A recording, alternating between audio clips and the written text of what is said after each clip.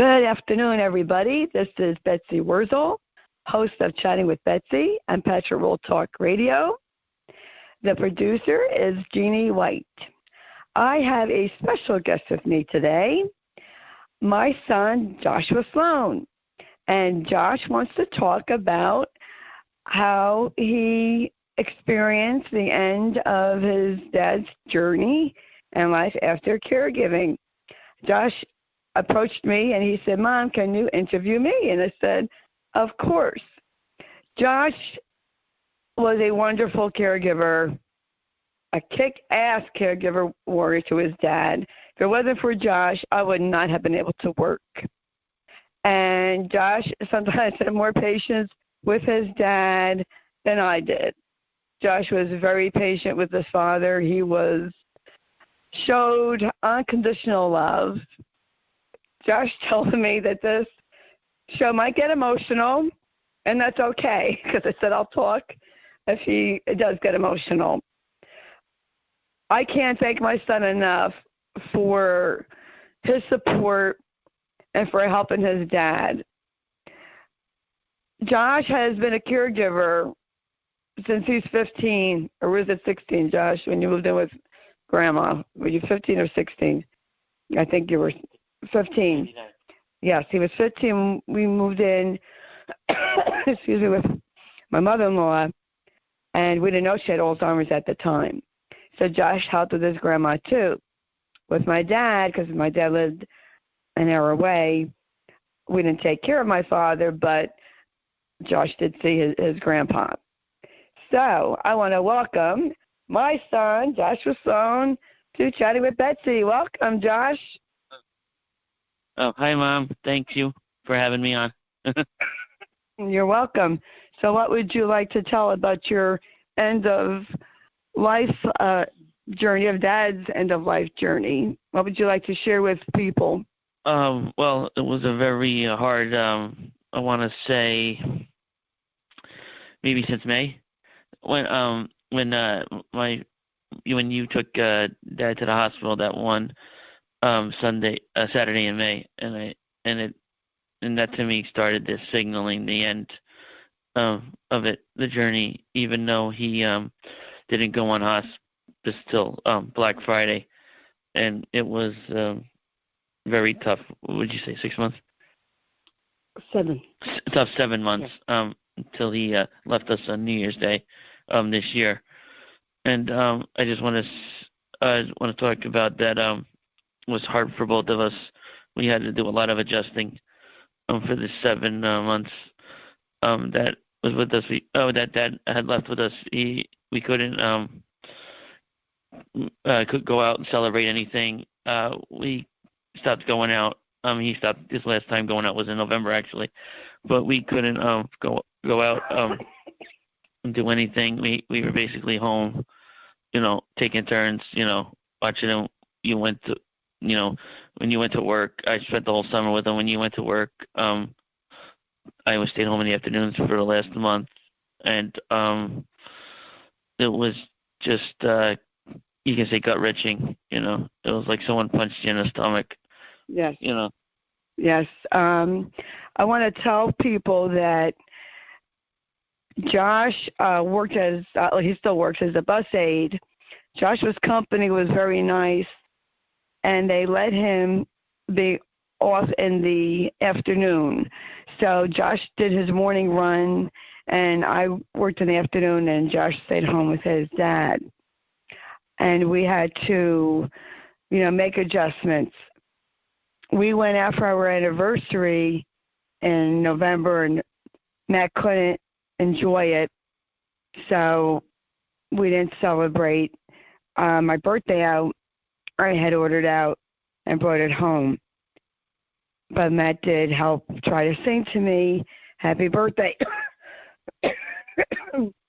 Josh also, I encouraged him to go out with his friends, and he went to his buddy night activities and Christmas party. Josh was very understanding in adjusting his schedule. Now, not everybody is like that. I have, and I have to brag, yes, I am biased. I have a wonderful son. He is my earth angel. He really is. He showed unconditional love to his dad, and Josh knew that his father loved him, even though at times that his father would curse him out. And we would, laugh and cry about it, because what else can you do when that happens? Josh, I didn't want Josh to see his dad die. Josh didn't want to be in the room, but it just happened that way. Josh knew I couldn't leave the hospital. Josh, tell the audience how you found the ride. Well, I'll explain. We the Sunday before Christmas was when Dad went into the hospital, and in the evening, and then you went. My mom and I went every day. Christmas we went out for Chinese food, and then we stayed there. We had a lot of friends visit, and then we got a call this Sunday in December, last Sunday in December, that that Dad took a turn for the worst. Well, actually, when my mom came up hysterical about it and crying wise, I thought he already passed, but they said no, he took a turn for the worse, and so we spent the whole day there. One of my good friends of mine picked me up. He stayed and watched some football with me. Then he took me home because we were getting rain, and we had to make sure the basement was okay. Then Monday, my mom was able to come home real quick, change up a bit, got me, brought me home, brought me there. I spent the day there, and then a friend of mine came again, took me home at night after wrestling, took me home, and I stayed over. And then you didn't like how he looked, so I was scrambling for a ride. I called a good friend of mine from my church, and he was able to bring me there New Year's Eve. You just told me to get some stuff. I got the stuff, and I stayed there New Year's Eve because the rest of my friends were busy, which is understandable. And I stayed there New Year's Eve, and New Year's Day was when it happened at the hospital. And then we went home together. Right. I told Josh that I knew Daddy was going to die, and I didn't want to leave. And Josh didn't want me to leave because then he would have felt bad if Matt died when I was taking him home or driving him to the hospital. Caregiving is rough on children of all ages. And what helped you, Josh, the most in getting through this journey? You, probably. Talking about it, some of my friends, the support that I got from church, and my friends. I think that would be it. I would think. Faith. My faith, trusting in God. Yeah, I would have to say that. And I'm getting emotional. We're both getting emotional here, folks. That's okay. What would you say to people in your age group? You're 35. You'll be 36 in July. And how are you dealing with your grief now? Because it's very hard to get well, I just started my bereavement group 2 weeks ago, and it's canceled because of the coronavirus. And my counseling now with the social worker is canceled because they're closing down the senior centers. So how are you dealing with your grief, and what is helping you, Josh? Dealing with grief, it's been tough. I have my moments. Some days I cry more than others. So a lot more times on Wednesday because that's the day it happened. And dealing with the grief, try not to think about the last few days, although that's hard. I try to keep myself entertained. Like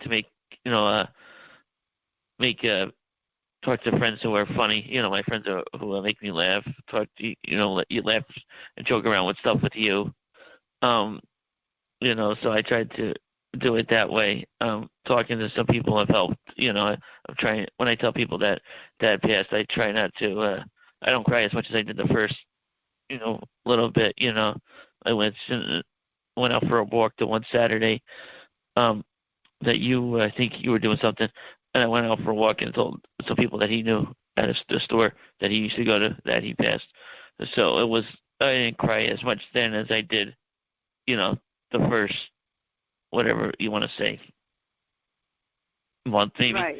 I want to say that, I was able to go out with my friends to watch the playoffs. I watched my the Super Bowl with with a couple of friends of mine, which helped because I'm going to start that tradition now. So that kind of helped. Was like a distraction. We went away, even though no matter what I do, whether I watch any sport with a friend, I go to the movies, and nothing will change the fact that he's gone. And it's. I mean, people do move on, but it's hard, right? At least right now. Yes, it is difficult, and it's baby steps. And we do have our moments. Do you find that the grief share that I get through the email help you? Yes, I found that. I think some have been better than others. Reading them, but yeah, I believe that's helped. Some of it's very true too. And the information I brought home from the grieving seminar and from the bereavement group has also helped you because we discussed it together. Yes, that has helped, and it's a shame that it's unfortunate that it's been canceled due to the virus. But yeah, that's helped. And it's important, listeners, no matter the age of your children. I have said this many times, and I'm going to say it again. The children, our children, are the hidden casualties of this war on whatever dementia you're facing. Let your children vent to you without judgment and keep the lines of communication open. Same thing with grieving. Everyone grieves differently. There's no timetable, which is what I told Josh. It is a new life. It is a different life. Now he has to readjust to Daddy not being here. Is that easy? No, it's not easy. It's not easy for me either. But we're learning a new, different life together. Right, Josh? Yes. Yes. I mean, we've visited the cemetery a few times. We've gone shopping. Yesterday was a surprise, go out. We spent some Saturdays together shopping. We went to a movie a couple weeks after the funeral. So, yeah, we went to the mall a few times to shop and for stuff. So we've done stuff together. Not that it'll change anything, but we've done stuff together. We've gotten out because Dad would want us to get out. I don't think he'd want us to live in a box. Right. And we also talked about moving forward with our plans and celebrating holidays. Josh asked me if I would still honor Father's Day and Matt's birthday and my anniversary. Excuse me. And I said, of course, I will always do that. And we discussed that I'm not cooking any holidays at home. Probably, food this year. I just can't do it. And we already know that the end of December is going to be rough. I mean, yes. Starting Black Friday. We already discussed this. And you know what? It's good to know. We know in advance, this is going to be tough. We acknowledge it, and we accept it. And we will get through it and go through it the best that we can. And I will never tell Josh, set a day for yourself or a time when you get over it. There is no getting over this. It's getting through it, folks. And I want to I can't stress that enough, impress that enough on everybody. Do not tell people that are grieving, get over it. Enough already. Start talking about your loved one. I will never start talking about Matt. Josh will never start talking about his father. And why should we? Why should we start talking about our loved ones? There's no way that's going to happen. And, let your child, no matter what the age, tell you how they feel. And don't judge them. And do you think keeping the lines of communication open with me or another person with their parent is helpful, Josh? Yes, I believe it is. And also I want to add to the previous one about don't tell people to stay strong. I've been told to stay strong by family, by people, and I'm not going to be confrontational because that's just not me. But I don't really like to be told to stay strong. Amen. Like you said before, why do we always have to be strong? So I'm not for that. This Jersey strong nonsense I see. I don't like that either. It wants us to be strong. We don't have to be strong all the time. Yes, that's right. And that's why I told Josh, I don't like being told, oh, be strong. Josh doesn't like being told to be strong. Let me tell you something, folks. Josh showed strength, a lot of strength. I bet that you didn't even realize that you had. Josh showed tremendous strength, and so did I. I have gone to work with 2 or 3 hours of sleep. I have stayed up, some pumping, taking care of Matt. Josh has lost sleep, helping me with his dad. Josh would hold his father up while I changed his diaper.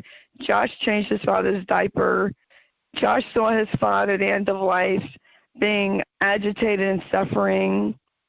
And Josh did not complain during the caregiving of his dad. People show strength in different ways. And you know what? It's about time we start telling our children, and especially our sons, they can show compassion. They can show their feelings, and they can cry. And I'm not talking about a toy that got broken. I'm talking about serious life issues. This is why men, especially, are prone to committing suicide, because they feel it's a weakness to cry and to show that they aren't strong. But you know what, folks? A man crying or a woman crying is not showing weakness. They've been strong for so long, they can't hold it anymore. How about instead of judging someone, you give them a shoulder to cry on and give them a hug? How about that? Don't judge people because they cry, oh, they're weak. And I have never said that to Josh, and I've never told him to suck it up. Have I, Josh? No. It's something kind more than others. But no, you've never done that. Told me not to cry. I can cry whenever. Seeing the old videos gets me emotional. I like seeing them, but that's right. We cry. I show videos of Matt, and Josh and I both cry together, and that's okay. There's no time frame.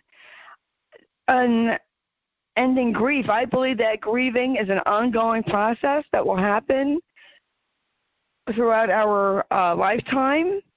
And I told Josh that grief will hit you at certain moments for some unknown reason, certain times. I already told Josh that his father's plaque came in, and when the cemetery installs it, we'll go see it, and we'll go have a dinner out and celebrate that occasion. And I told Josh that it will hit him. It hit me when I saw my father's plaque. It's going to hit me when I see Matt's plaque. It's going to hit me when I saw the letter. I start to cry. And, we go to the cemetery whenever we go out, because we live very close to the cemetery. It's on our way to the mall and other places. So we all grieve differently and in our own time. And I encourage Josh to grieve. Unfortunately, there isn't a group for him to go to at a time where I can take him because Josh doesn't drive. And I want to say that Josh has special needs, and yet even with his special needs, he put his father first, and he understands Alzheimer's better than most so-called intelligent people. Josh is one of the most loving people I know, and he is special in his own right. I also want to say that not just with that, it was been a tough.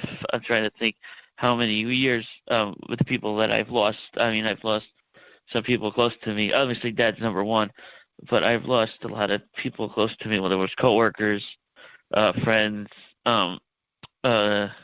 friends' parents, I want to say. So, yes, it's been a tough couple years? Yeah. Couple years, yes, that I've been dealing with. Obviously, losing Dad was the worst of everything, but it's been tough.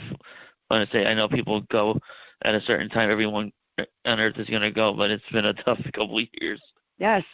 You had people in your buddy night pass away. Friends from church, and you feel that hole. You feel that loss. A couple of coworkers. And of course you feel that loss. And when Josh tells me, he cried at the wake, I think that's wonderful that my son can feel compassion and show it.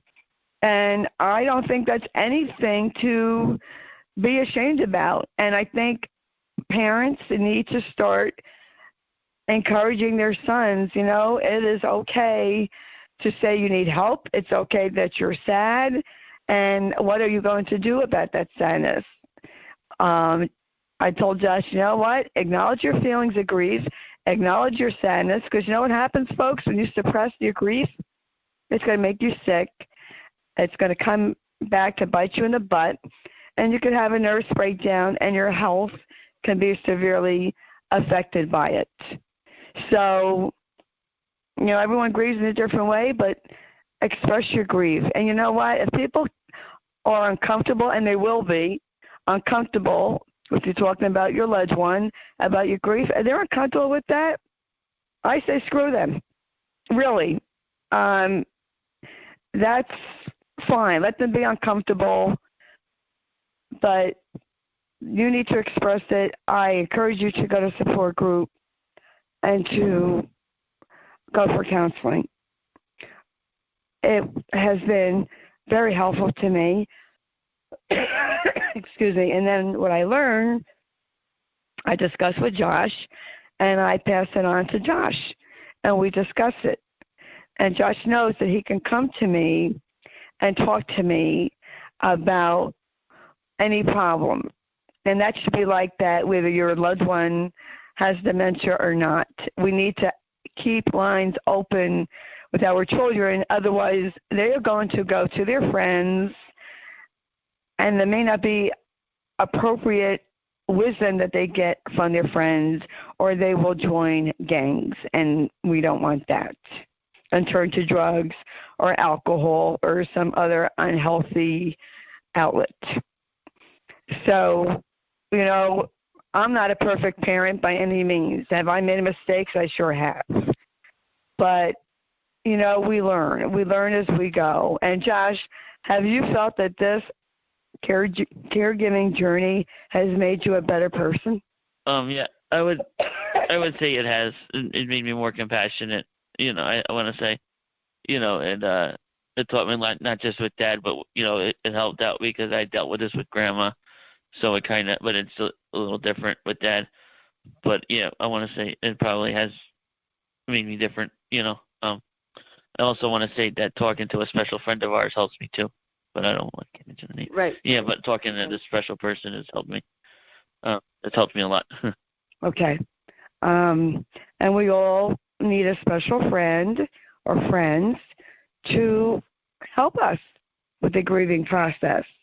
And I have friends that I talk to about it that have helped me, and this is new. And I just did a chat the other night about, moving forward and taking baby steps. It is a new, different life. Do I have the answers? No, I don't. All the activities that I wanted to go to are now canceled. So I'm going to keep you all posted when I do go to a dance and how it was. I talked to the gentleman who runs one of the dances, and it seems very nice. People come. There's different ages, and they all come to have a good time. So I am looking forward to going. It will be a little awkward the first time, but I'm going to get out of my comfort zone and do it. And I'm glad that Josh is still socializing and still continuing on because that's what I want him to do.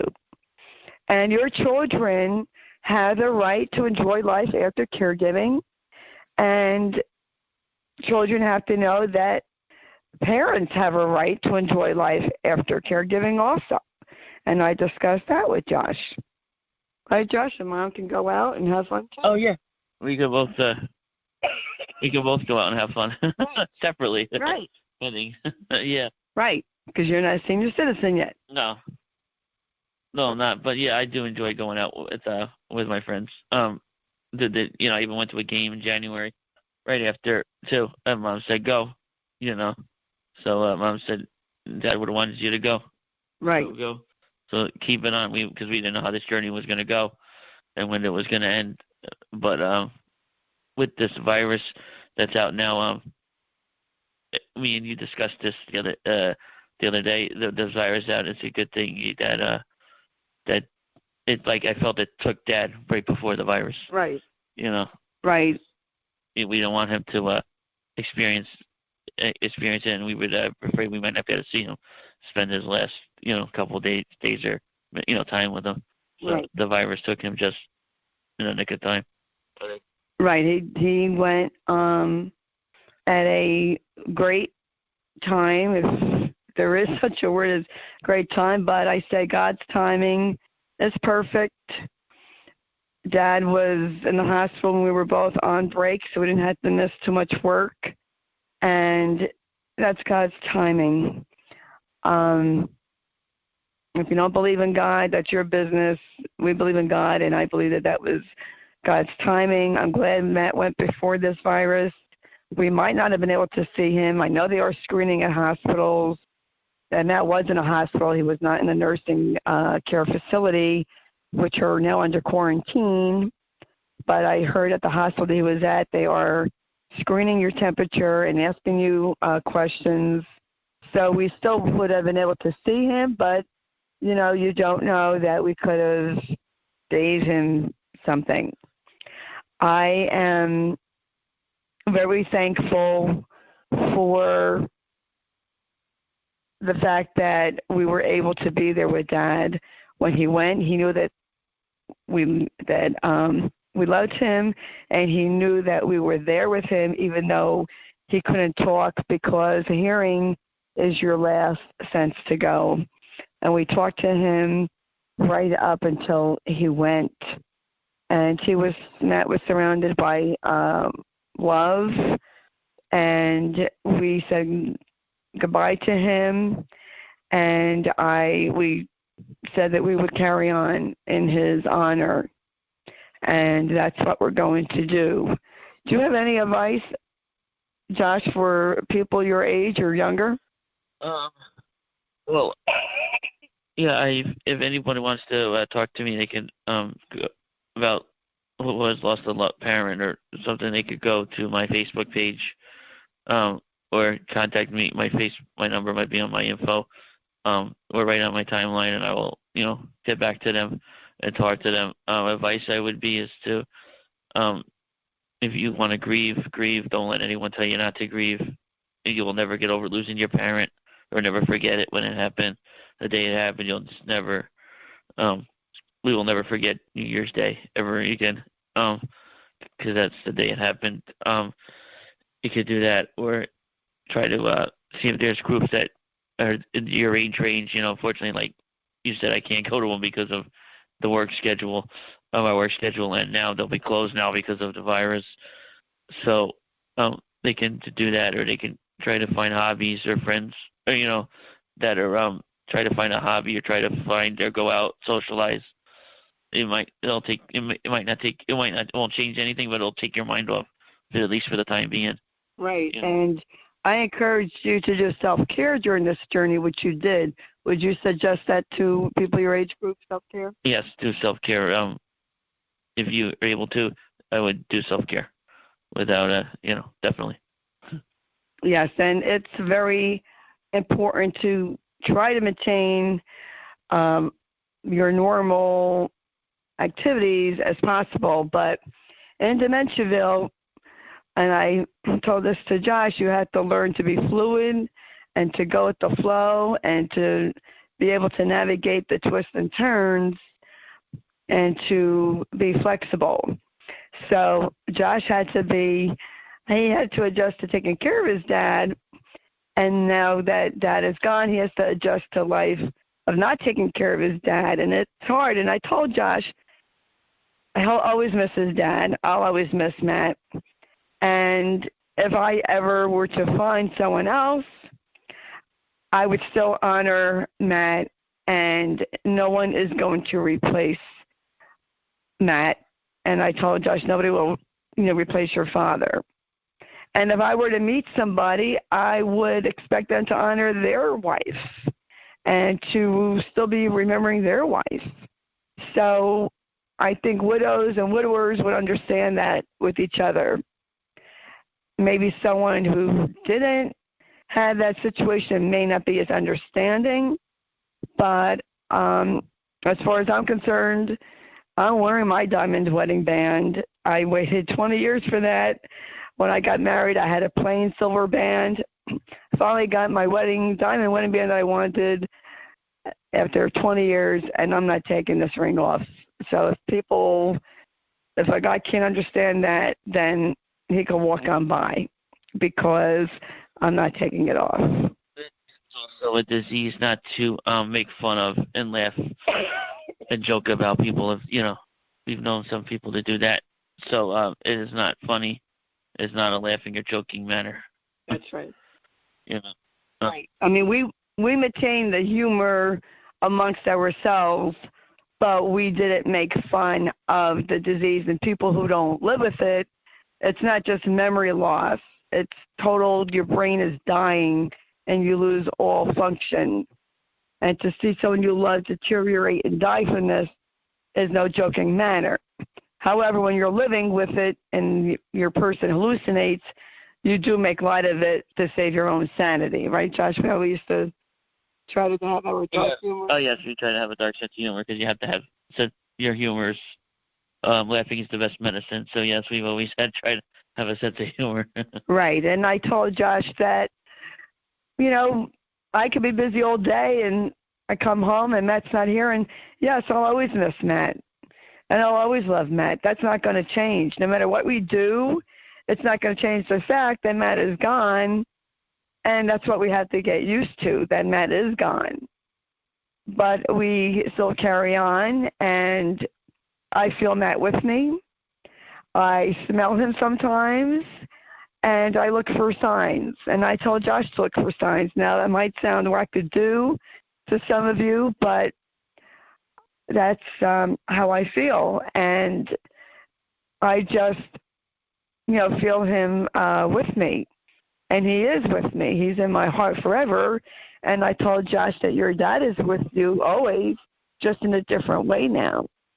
And do you feel that dad is with you? Yeah, I feel that. I think so. I believe that. Yeah, I think he's with me. He's looking down on us. Mm-hmm. I want to tell people that Josh sang a song at church the Sunday after the day after the funeral. Right, day after the funeral. Good Father. I was so overcome with emotion when I was videoing it, and then afterwards I cried, because for Josh to do that took a lot of strength. That took a lot of courage. Josh went in front of church and sang, and it was such a blessing. And I was just, it was joyful in a way, and yet it was sad. But Josh did a great job. I was so proud of him. And Josh, you are a wonderful son, and I love you so much. Oh, thank you. Our mom is the best.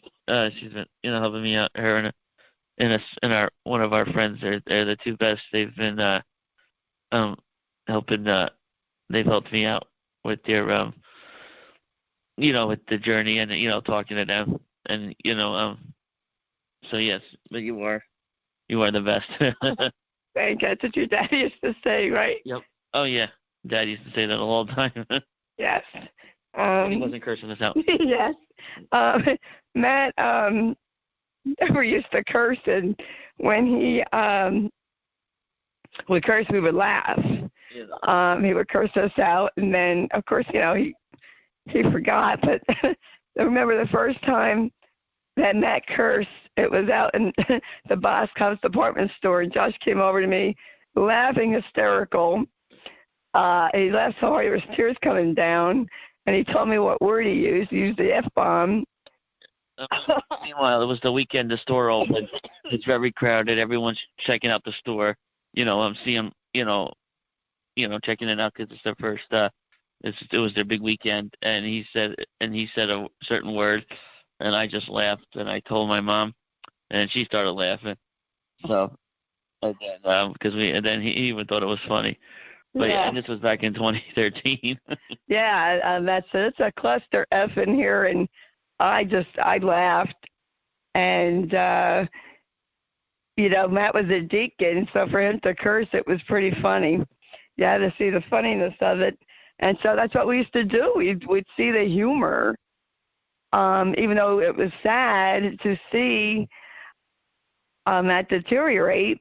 And, of course, being a parent and then being a spouse, being a child and being a spouse is two different relationships, but you do feel the pain, and it was a very painful experience for Josh, and he was so loving and showing the unconditional love to his dad that I just had to commend you, Josh, because you showed unconditional love. And, I know you didn't want to be in the room when your dad died, and I didn't want you to be in the room either, but we had no choice. I guess that's the way it was meant to be.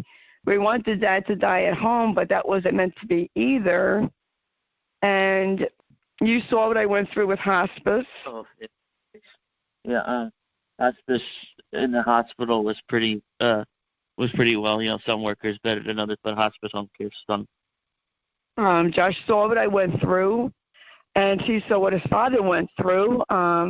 His dad fell one time when Josh went out to the movies. I couldn't pick Matt up, so I had to put Matt on the floor with a pillow underneath him and a blanket and wait until Josh came home to pick him up. And I called hospice, and they want to come out to assess him.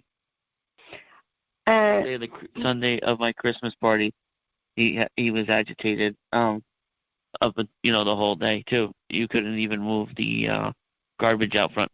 Right. You had to wait till I came home from the party, and then the Sunday. And they would have come out then either. But the Sunday he went into the hospital, it was bad. That Saturday I went out to watch football, and then that Sunday he fell out of bed. He woke me up. I stayed up. I went to church, and then you were trying to do the hospice thing. They kept on saying we'll come this time, and they didn't deliver. They didn't bring him to the hospital until around supper time. So yeah, that was a bad weekend.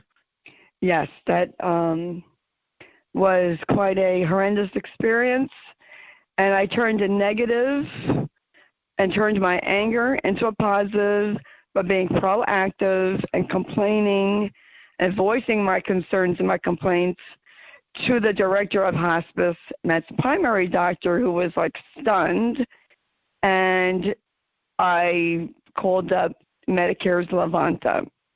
And I taught Josh to be proactive, that he needs to stand up for himself and advocate for himself. And I learned to be an advocate because of Josh and really because of dementia. And Matt's journey made me a better person. I've said that before. And I told Josh that you could take this journey that you went through and decide for yourself, is it going to make you a better person or a bitter person? It's a mindset. And that's what I tried to tell and teach Josh, didn't I, Josh? Oh, yes. The experience with hospice and, yes, that turned a negative into a positive. That, also when you think negative, it's always going to be that way. I think something like that. I forgot. Mm-hmm. To always you did teach me that, try to turn, negative to a positive. You said that because I dislike a person in a certain place, you said that's only going to hurt me, right. Not them, because they don't really care about us. They don't care about that, and they don't care about us. So it's negative energy. Right. You got to let that crap go. So I told Josh, you need to let go of the poison, let go of the crap, because they're not thinking about you, and you're not hurting them. You're hurting yourself. And you need to let that crap go and let it flow, because you can't grow as a person when you harbor that bitterness and resentment. You stifle yourself. And why hurt yourself? Why prevent yourself from growing as an individual because somebody is negative towards you and they have a problem? It's not, I told Josh, it's no reflection on you. It's a reflection on them. And, we need to take the high road. And I'm choosing not to be bitter. The unfortunate experience of home hospice left me with a bad taste. But that is not all hospices.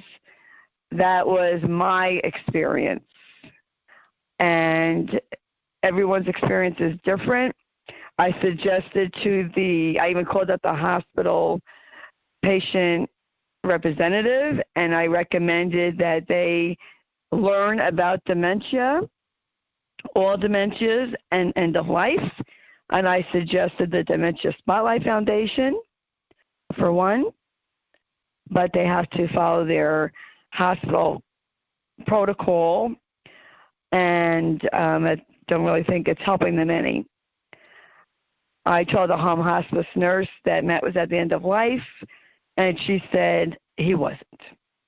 And I told her not everybody fits a textbook picture, and she needs to educate herself. So that is my show. Josh, do you have anything to add? Well, I'd like to thank all the people that have been supportive to me, including you, and all my Facebook people who have reached out to me since that has passed. It's helped. We gotten support from the church that we got Meals on Wheels, which was fantastic, which I thought was permanent, but it was only a week. Meal tray. I thought that was permanent, but it was only a week. But they've been there. They've been very supportive of some of the members that, including basically everybody there, was very kind that weekend. Up until Dad left us. A couple of my friends from there came with me to see Dad with me to see Dad the Friday before the last Friday in December, the last Friday he was alive. So they came to see him, and I just want to thank them. I want to thank everybody that's helped us, in some form of way. And I hope that nobody ever has to go through this, but I know that people will. Not everybody will, but I know there's a majority of people are going to get this disease, whether there's no age limit. So if you start to see signs of it, try to act fast, or if you can, it might be too late anyway. But it's a slow process that you have to, I guess you want to say, get used to, or adapt or adjust to. Right. So. Well, thank you, Josh, for joining me on Chatting with Betsy. And this is Betsy Wurzel. Oh, sorry. Yes? I want to just say goodbye to everybody. Okay. This is Betsy Wurzel, host of Chatting with Betsy and Pastor World Talk Radio. You can follow me on my Facebook page, Betsy Wurzel, Wurzel. You can see Josh scroll all the way down. You can see Josh singing Good, Good Father at church. And you can join my hashtag, Kick Alzheimer's Ass Movement. We accept all dementias, people who don't even have dementia, or members. We have people who are post-caregivers, helping others. And please read the blog. Please share this audio cast. If you would like to be a guest on Chatting with Betsy, please let me know. And shine bright. Don't let anyone blow out your light. And be a blessing to others. Thank you. I'll catch you on there the next time. Bye-bye.